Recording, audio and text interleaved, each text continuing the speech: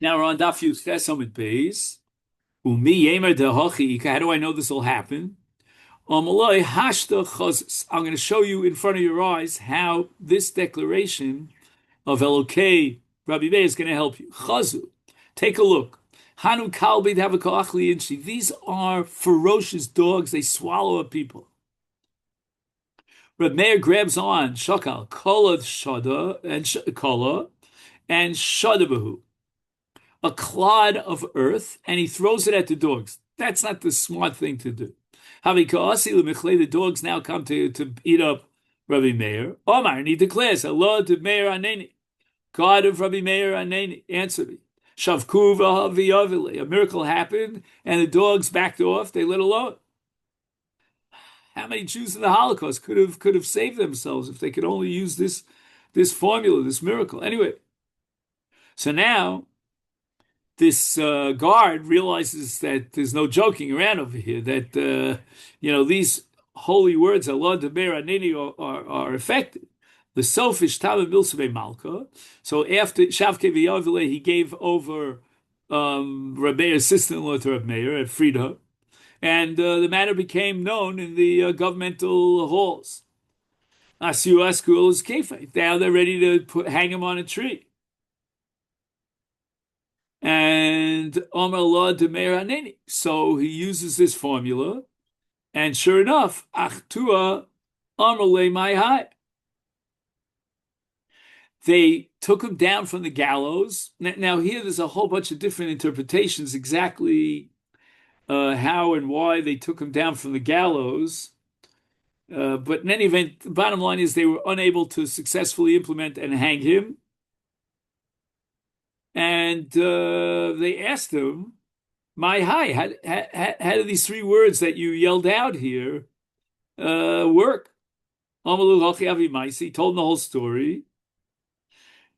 And once again, I don't know if the Romans had some sort of intuitive respect or recognition of the spiritual greatness of a rabbi. I don't know. But also, again, the Mefarshim say this is not really Rome. This is some place in Eretz Yisrael where the Romans had control. Maybe it was Caesarea. I don't know where it was exactly. And they took the image of Rabbi Meir and they engraved it on the gates of this city called Rome. Now, exactly how they did that, I mean, I don't know what sophisticated. They didn't have the cameras, in those. I don't know how they did this, but maybe there was a sculpture. I don't know. Maybe there's a painter. But anyway, there's a picture of Rabbi Meir and the entranceway through these gates. Amri, and they declared, "Called the Chasi Partufa, he's wanted, dead or alive. Hadein light, they bring him up to authorities. Look for someone who looks like this picture on the wall." So on the one hand, they seem to have respect in him, but on the other hand, and they understood he was a miracle maker, but on the other hand, they were out to get him. So Yom Chazu, the Romans saw him because they recognized him from the image of the graven image, and Rod to Abbas, they run after him. Rod Mikamesa Bezo. So Reb Meir, he's already familiar with the brothel, so he runs into the brothel, and he figures they're not going to suspect that that's him because the great Reb Meir would not have gone into a brothel. And Ika Diabra, according to one interpretation, it wasn't that he was hiding in the brothel. That's not how he saved himself, but rather Bishule Ovekachav Mchaza. They saw him eating from cooked foods of idol worshippers, right? Which is Bishul Akum, and that you're not allowed to eat. So they knew that it couldn't be the great Rabbi Meir. Tomash Beha Umosak Beha. How did he show that he was eating from the Bishul Akum when he wasn't eating from Bishul Akum? He would dip one of his fingers into the food, and then he would suck his other finger. They didn't realize that. They trick of the eye. But it's fascinating to me that the great Rabbi Meir, who could have just simply said, turning to God and say, Amara Elah de Meir Aneni, but instead he had to do whatever he could to try to disguise himself. So I guess even with all the miraculous stuff, he still has to go b'derech ishtadlus. I don't know. Ika diamri, another. Now we go back to the brothel again. Also Elio Hanavi came. Idme Lake Hizona. He appeared as a female prostitute. Man, this guy Elio has to get paid overtime for this. But anyway, Krachte, he starts hugging Rabbi Meir, like as if to say, this is my favorite client. Amri, the Romans said, Chas v'sholom, Chas v'sholom, could you believe it? The Romans, the Rishonim Shebirishayim, Rabbi Meir, Havalavi Avinach. It can't be that this is Rabbi Meir. And then come Arak Osel. So Rabbi Meir sneaks out, got spared, and he flees to Bavel. Ikidiyamri Mehai Maisa. Ikidiyamri Maisa de Brut. So, according to one tradition, the reason why he ran out is because the Romans were after him, and therefore he fled to Babylon. According to another tradition, he was so bushed out about the story of the episode of Bruria. Now, what's the episode of Bruria? So this is a Gemara in Masechet Kiddushin that Reb Meir pronounced the dictum that Daiton shel noshim kalos aleim. She, Bruria, was a very strong-minded, independent feminist, if you pardon the phrase, and she couldn't tolerate that her husband, Rabbi Meir, said noshim daiton kalos aleim. So husbands, beware of what you say. So Meir said that if you think you're going to deny this principle of noshim daitam kalos aleim, which means that they could be seduced, and you deny it, ultimately you'll have to acknowledge the truth. So what does Rabbi Meir do? And again, I can't explain all these details to you because I can't fathom it, but in any event, he appoints one of his Talmidim as a shliach and tells him to tempt her.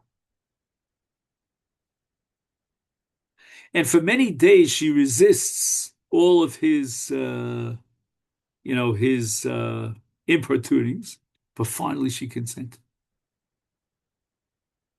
The matter became known, and she committed suicide, and Reb Meir was so embarrassed that he ran to Eretz Yisrael.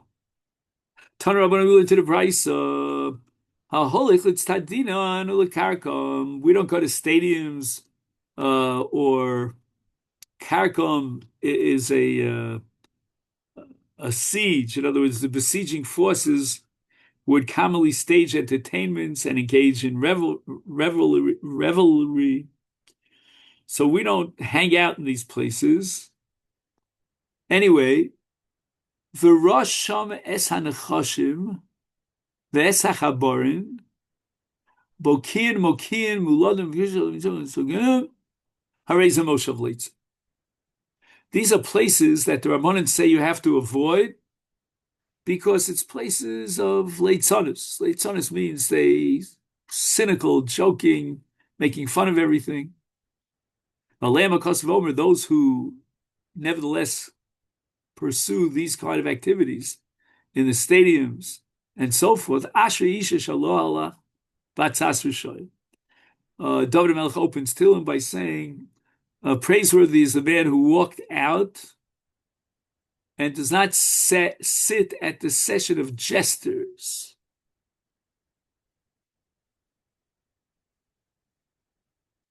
But rather, instead of going to all these places of frivolity, he dedicates himself to the study of God and his Torah. So one thing is clear: if you enjoy all these festive, and again, I don't know if it has to do with going to a hockey game or basketball. I don't know, but stadiums. It says stadiums. I mean, in those days, the stadiums is where they had the gladiators, and they would murder Jews, especially. I mean, those were always the. Oh, he says here in the footnote that the Romans built two types of stadiums: the circus and the amphitheater. Stadium here apparently refers to the amphitheater, a round oval building with a central arena surrounded by banks for seats for speculators, the bleachers. And gladiatorial combats to death were held there in the amphitheaters. pitting animals against animals, men against animals, and men against men. The gladiators were usually drawn from captives. Occasionally, amphitheaters were used for performances of pantomimes and acrobatics. That's a whole different story. But again, at the end of the day, we're talking about Bittul Torah.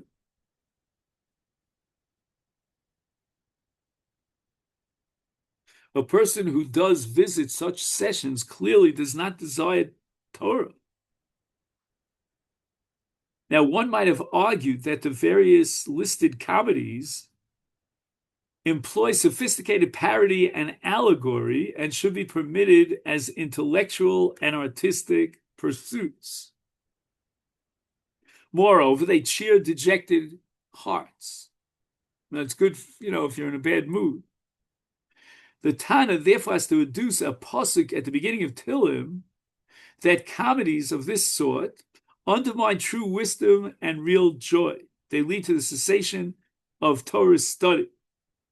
It's like my father, Zichron Livracha, once came over to Rav Soloveitchik at the end of the Tuesday night Moriah shir. They used to attend once a week. And he said, Rebbe, I enjoy your shiurim so much, I don't think I'll get reward in Olam Haba. And even if I could go to a play or to an opera, I enjoy going to your shiurim more than going to a play or an opera. So the Rav turned white and he said, Rabbi Bruce, what are you saying? You're saying that you won't get rewarded because you have such a pleasure. You don't even want, it doesn't even compete with going to an opera.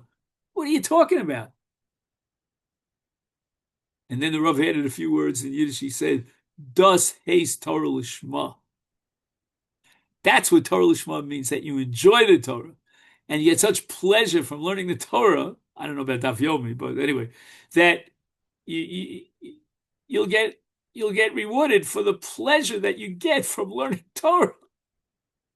And the one who makes a big deal about this is the Sakhachover Rebbe, the Avnei Nezer, in his introduction to his great work on 9 of the Malachas of Hilchos Shabbos called Liglei Tal.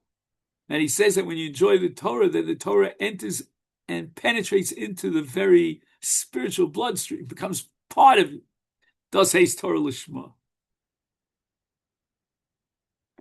Frek the Gemara over a minu. I have a stira. Holchim with stais mutter. You're allowed to go to these stadiums. You know what? You're in Hatzalah. You're a member of Hatzalah. Go to these stadiums because if you see a fallen gladiator, a human being that's about to die, maybe you can save him. And to go to these karkums, these beautiful round amphitheaters, is permitted for the sake of relief for the besieged city, which means that you can visit this amphitheater to petition the besiegers to spare the Jewish inhabitants of that besieged town. Now, why would they listen to the Jews? I don't know. But don't be part of helping them out because they're besieging the city. And if he becomes part of them, they count on him, that's prohibited. But kasha tzadina and tzadina kasha karkom akarkom. So we now have two brises that contradict each other. The Gemara answers bishlei akarkom lo kasha. When you're talking about amphitheaters, I don't have a problem. I can be miyashiv the stira. Why? Kan kishim ischazik imoim. If he is counted amongst them and he helps the besiegers to besiege the city, then that's not a good thing. But kan, whereas this brisa that allows it, b'she'ein mischashiv imoim, he's only there for other purposes. Now it's tadina kasha. But what about stadiums? Is it good or is it bad? Tanoi is machlokas tanoim desani. We went to the brisa. Ein holchel it's tadina mivnei moshev leitz. We don't allow you to go to these places of entertainment at the stadiums because it's a session of jesters. But Rabbi Nosson Matir, why was Rabbi Nosson so liberal allowing you to visit these stadiums? Just because you're a fan of the 76 of the Boston Red Sox. What is it? For 2 reasons. That if there's a fallen gladiator, they will yell out and scream and say, Hatzolah, get over here and save this man's life. And number 2, made edus isha lasiya, if a Jew is killed, he'll be able to identify the dead body and testify in a court of law. And based on one witness, we could allow her to get remarried. Like, about 9/11, there were, I think, was it 13? I forget the exact number of agunos.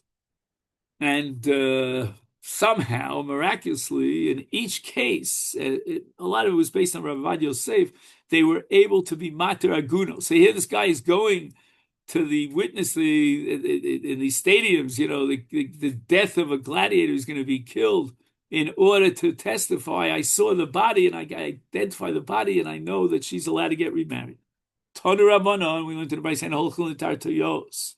We don't go to theaters, we don't go to circuses. Mipnei shemizablin sham zibul avodos kochavim. What they did was the Ovdei Kochavim got together and they made fundraisers, cause match, so they gathered together in these theaters and circuses, and they tried to raise funds to provide for the needs of the idol worship, idolatrous worship. They collected donations of money with which to purchase offerings. They would buy karbanos for the idols. The reason why you shouldn't show up in these theaters or circuses when they raise money to buy sacrifices, because maybe people suspect you of being part of idolatry. Why are you going to these places?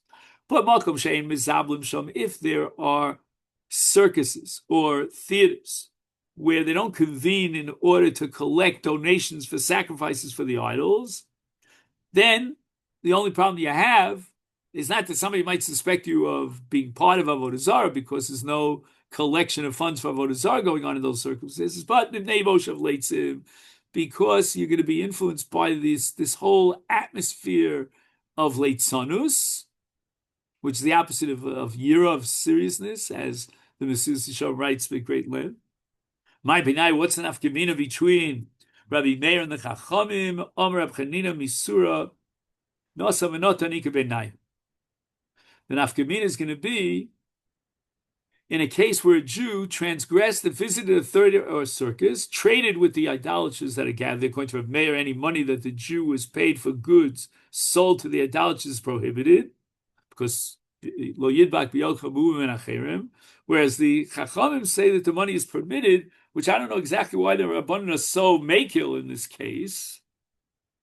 Right, money that's donated to a temple trust and designated for the purpose of offerings to the idols has itself the status of an offering to an idol, and therefore it's also about Noah. But Reb Meir holds that theaters are always assumed to host solicitations of behalf of idolatry, and therefore you're not allowed to benefit from these monies. But the Chazal, the Rabbanan, said no. If you're going there and you're violating leitzanus and bittul Torah, that's one thing. But we're not going to say that you can't use your monies, because we don't assume automatically that in these theaters and so forth they are soliciting money for sacrifices for Avodah Zara. So we don't have to be concerned that the payment for the Jew is for money contributed to offerings. Dorash Rabbi Shimon ben Pazi. My Dechsiv, what is the meaning of the pasuk at the beginning of Tehillim? Ashrei ish asher lo b'tzas v'shoy v'derech v'shachatom lo aman. Very strange, superfluous pasuk. Because on the one hand, you're praising someone who doesn't walk in the counsel of the wicked, and then you're praising someone who does not stand in the path of the sinful. And not only that, the pasuk continues, says, "Who Moshe leitzin lo yoshev," he doesn't sit at the session of jesters. Wait a minute. Ashreish, right? We praise for the person he didn't go. It's Hechanoma. Now you're praising because he didn't stand. And you're praising because he didn't stand. And then Hechan Yosef, you're praising because he didn't sit. He didn't even go. Where's the Leitzanis over here?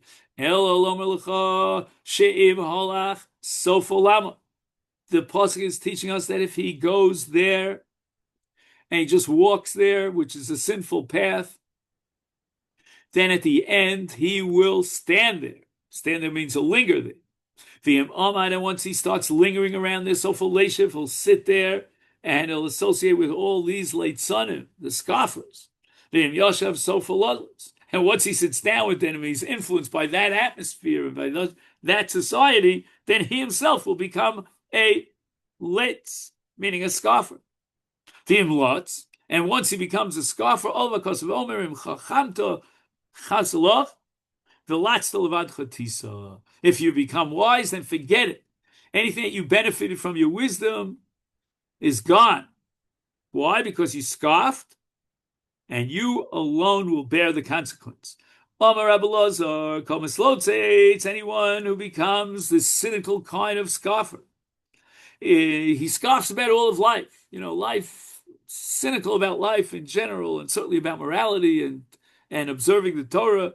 Then, Sofo at the end, Yisurim Bonov, he will be stricken by all sorts of afflictions. Shenemar, V'ata, this pasuk is, of all places, it's in Yeshaya Novi.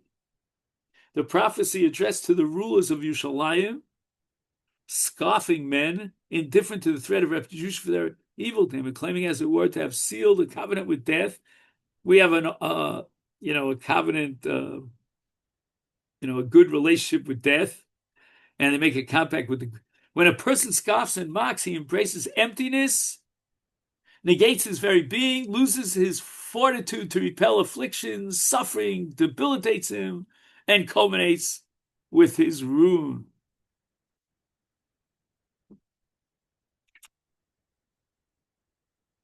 I ask you for a favor. I beg you, my students, don't get involved in this kind of late sunnahs, in scoffing and jesting in cynical ways, so that you don't suffer from these afflictions. Rav Katina said, apparently he's going to break down the shefa that comes for sustenance from above down because of his scoffing.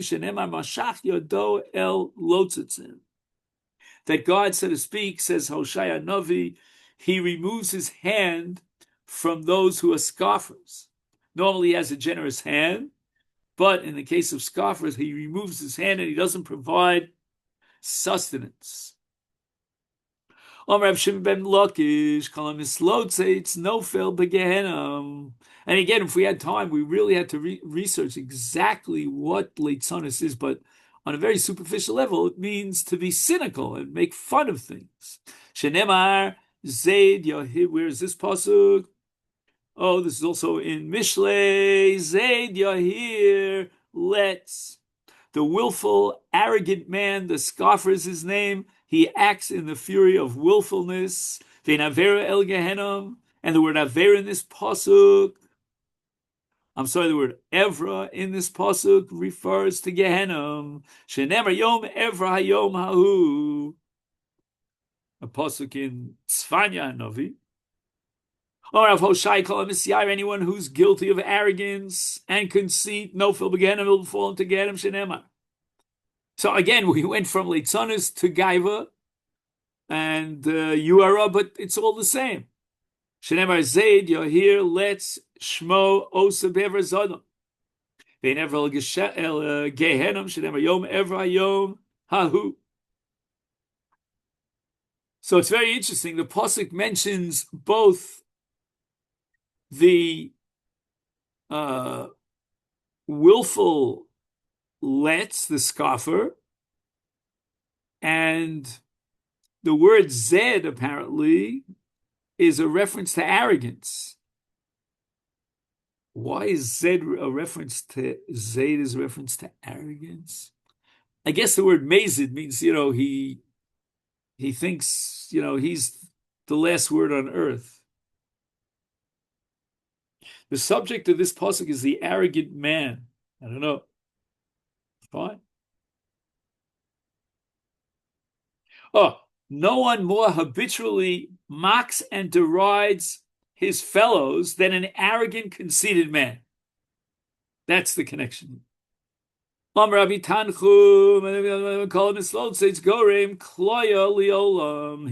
ruin to the world. Now, Al tislotetu. Do not scoff, lest your afflictions grow severe for total ruin. Have I heard Omar Rabbi Elazar Kasher Hoya Shetichilasan Yisurim V'Sofakloya. Right, mockery and scoffing is very harsh. It begins with affliction, as we said before, but it ends with total ruin. Doresh Reb Shimon Loki ben Pazi, my desiv. What does the pasuk mean? At the beginning of Tehillim, it says Asher Isha Sher Lo Halach. Never walks into the theaters and the circuses by idolatries and ubederch l'shoyim. Erchatoim lo amad. Zeshlo amad biknigion. He never stood at a hunt. Hunting was very popular in that time. If you know anything about the history of art, that was always a great subject of art, especially in Britain. Hunting. Well, Moshe Leitzim Lo Yoshev, he doesn't sit the session of justice. So Yoshev B'Tachbulos, he doesn't sit at their antics. Fosmein does. Tachbulos connotes an effect achieved through cunning and artifice. Some sort of acrobatics, sleights of hands, all sorts of magical tricks. Therefore,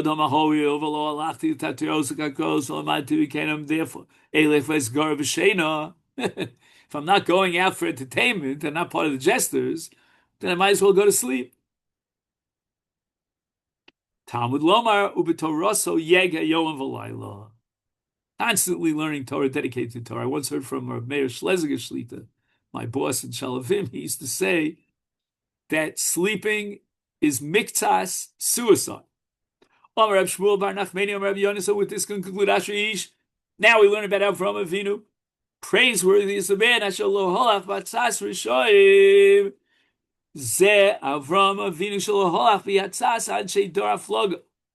Right, these were the scoffers who said, we're going to build, a tower and we'll challenge the Almighty. Shorashayim, they were wicked people. Shenamar hava nivna lanu ir. Right, this is after the Mabul. And the progeny of Noach, they had one language, one common purpose, but they found a valley in the land of Shinar, settled there. They proposed to build us a city and a tower with its top reaching all the way up to the heavens to make a name for themselves. God forestalled them by confusing their language. They failed to understand one another's language. Hashem dispersed them over the face of the entire globe. They stopped building the city. The builders are known in the Talmud as Dor HaFloga. And the Mishnah in Sanhedrin says that because of their ways, God dispersed them all over the world. Although it is clear from the Torah that the builders' designs were evil, but the Pasuk doesn't say explicitly what was the nature of their sin. And apparently their sin was a prime example of Leitzonus. Avram was 48 years old at the time of the the punishment of Haflaga, but he was not a party to the designs of his contemporaries. He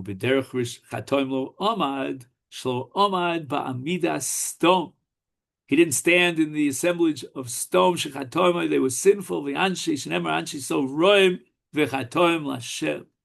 Uv'moshav leitzim lo yoshev v'moshav anshe plishtim mipnei sheleitzonim hayu shenemar vayhi kitov libam vayomru kiru l'shimshon v'yisachik lon.